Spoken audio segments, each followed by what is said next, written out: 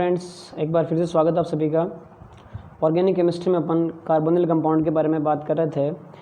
पिछले लेक्चर में अपन ने कार्बोनिल कंपाउंड की जनरल इंट्रोडक्शन, उनके नोमेनक्लेचर और उनमें जो आइसोमेरिज्म होती है उसके बारे में बात की है। दूसरा लेक्चर जो अपन शुरू करने जा रहे हैं, इसमें अपन कार्बोनिल कंपाउंड की जो बनाने की सारी मेथड्स है उनके बारे में स्टडी करेंगे। तो पहला मेथड अपन देखते हैं, तो वो है फ्रॉम अल्कोहल से कार्बोनिल कंपाउंड बनाना। इसके दो तरीके ध्यान रखें। पहला जो तरीका है वो ये है कि आप ऑक्सीडेशन से बना सकते हैं, कि अल्कोहल के ऑक्सीडेशन से आप कार्बोनिल कंपाउंड बना सकते हैं। इसमें आप ध्यान रखें कि 1 डिग्री अल्कोहल और 2 डिग्री अल्कोहल से अलग अलग एल्डिहाइड और कीटोन बनते हैं। ठीक है, 3 डिग्री अल्कोहल में जनरली अल्फा हाइड्रोजन नहीं होता है। यहाँ पे आप देखेंगे रिएक्शन में तो आपको पता लगेगा कि जो एक अल्फा हाइड्रोजन है वो और दूसरा जो अल्कोहल वाला हाइड्रोजन है वो दोनों ही यहाँ से बाहर होते हैं। ठीक है, तब आपके एल्डिहाइड और कीटोन बनता है। 3 डिग्री अल्कोहल में जनरली ये अल्फा हाइड्रोजन नहीं होता है, इस वजह से इसका ऑक्सीडेशन नहीं हो पाता है। ठीक है, ऑक्सीडाइजिंग एजेंट के रूप में आप एसिडिक KMnO4 या K2Cr2O7 काम में ले सकते हैं। इसके अलावा अगर आपको 1 डिग्री जो अल्कोहल है उससे अगर एल्डिहाइड की बेस्ट यील्ड अगर आपको प्राप्त करनी है तो आपको PCC ऑक्सीडाइजिंग एजेंट के रूप में काम में लेना होता है। PCC जिसका कि जो कंपोजिशन है वो है pyridine, HCl और CrO3 यानी क्रोमिक एसिड। ठीक है, इसको आप सेरेट कॉलिन्स रिजेंट के नाम से जानते हैं। ठीक है, जो इसका पूरा नेम है PCC का वो आपके pyridinium क्लोरोक्रोमेट है।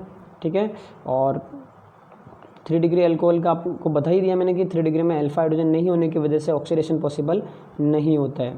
ठीक है, दूसरा जो मेथड है ऑक्सीडेशन के अलावा वो है कि अल्कोहल के डिहाइड्रोजिनेशन से भी आप एल्डिहाइड कीटोन बना सकते हैं। इसमें भी आपको ध्यान रखना है कि 1 डिग्री जो अल्कोहल है उससे आप एल्डिहाइड बनाएंगे और 2 डिग्री अल्कोहल से आप कीटोन बनाएंगे। इसमें एक चीज़ आप ध्यान रखें कि जो वोलेटाइल अल्कोहल है उनकी जो वेपर होती है उसको जो रेड हॉट कॉपर होता है उससे आप पास करते हैं, जिसके फलस्वरूप वापस वो अल्फा हाइड्रोजन और जो एक अल्कोहल ग्रुप का H है वो दोनों ही यहाँ से आपके H2 की फॉर्म में बाहर हो जाते हैं, जिसके फलस्वरूप आपको एल्डिहाइड कीटोन मिलते हैं। अगला मेथड देखें आप। एक चीज़ और देखें पहले कि जो 3 डिग्री अल्कोहल है वो आपके जो डिहाइड्रोजिनेशन प्रोसेस अगर आप कराना चाहें तो उस समय इसमें डिहाइड्रेशन प्रोसेस हो जाता है, ध्यान रखें। ठीक है, यानी इसमें से जो आप अपने एल्डिहाइड कीटोन नहीं बन के ये एल्कीन बनाता है, ध्यान रखें। 3 डिग्री अल्कोहल का अगर आप ऑक्सीडेशन करते हैं वो तो पॉसिबल नहीं है, बट अगर आप डिहाइड्रोजन कराना चाहते हैं तो डिहाइड्रोजिनेशन नहीं होकर डिहाइड्रेशन प्रोसेस होता है, यानी कि निर्जलन। यानी कि ये जो आप देख रहे हैं H2O मॉलिक्यूल ये यहाँ से इसमें बाहर हो जाता है और आपके पास क्या बन जाती है, एल्कीन बन जाती है। क्लियर।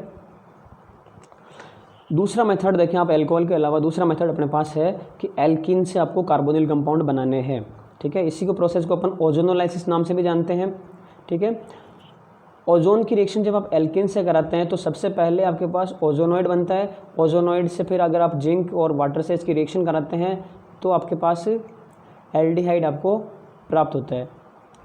अगर आप ब्रांच्ड एल्कीन काम में लेते हैं तो आपके कीटोन और अनब्रांच्ड एल्कीन काम में लेते हैं तो आपके पास एल्डिहाइड प्राप्त होता है। ठीक है, रिएक्शन देखें आप, जो एल्कीन आपको दिया गया है ये प्रोपीन है। अगर आप रिएक्शन कराएंगे ओजोन के साथ तो पहले ये ओजोनॉइड बनेगा। ओजोनॉइड की रिएक्शन जब आप जिंक H2 से कराते हैं तो आपके ये जो ओजोनॉइड है ये यहाँ से टूट के 2 एल्डिहाइड मॉलिक्यूल बना रहा है, एक एसिटाल्डिहाइड है और दूसरा फॉर्मल्डिहाइड है। ठीक है, दूसरा एग्जांपल आप देखें जिसमें कि एक ब्रांच्ड एल्कीन आपको दिख रहा है, एक तरफ CH3 ब्रांच की फॉर्म में निकला हुआ है। ठीक है, तो इसकी रिएक्शन जब आप ओजोन से कराते हैं तो वही ओजोनॉइड बनता है, जिसकी रिएक्शन आप जिंक और H2 से कराते हैं तो एक तरफ एल्डिहाइड बन जाता है CH3CHO का, और इधर जो दिख रहा है आपको 2 मेथिल ग्रुप आपको दिख रहे हैं, इस वजह से ये आपके कीटोन बना लेगा। ठीक है, साथ में अब देखें अगर आप तो जिंक और H2 का काम क्या है कि जो ये एक एक्स्ट्रा ऑक्सीजन बची हुई इसमें ये, ठीक है, इनको बाहर ले जाने का काम जिंक और H2 करते हैं। क्लियर। चलो सब आगे देखें। एल्काइन के हाइड्रोलाइसिस से।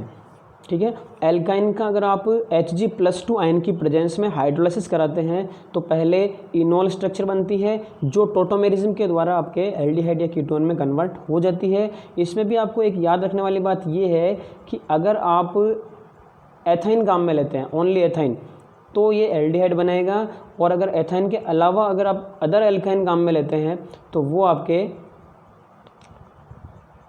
एक मिनट, वो आपके कीटोन का फॉर्मेशन करती है। ठीक है, एग्जाम्पल आपके सामने है। टोटोमेरिज्म क्या होती है ये आप लोगों ने पिछले लेक्चर में पढ़ी भी थी। ठीक है, जो यहाँ पे ये स्ट्रक्चर बन रही है ये इनोल स्ट्रक्चर है, अनस्टेबल है, ये जल्दी से क्या करेगी, टोटोमेरिज्म के द्वारा कीटोन में कन्वर्ट हो जाएगी। क्लियर, ये वाला होता क्या इसमें कि जो हाइड्रोजन है वो पास में कार्बन के पास चला जाता है और जो पाई इलेक्ट्रॉन होते हैं वो इधर डीलोकेलाइज हो जाते हैं, जिससे कि स्टेबल कंपाउंड बनता है कीटोन।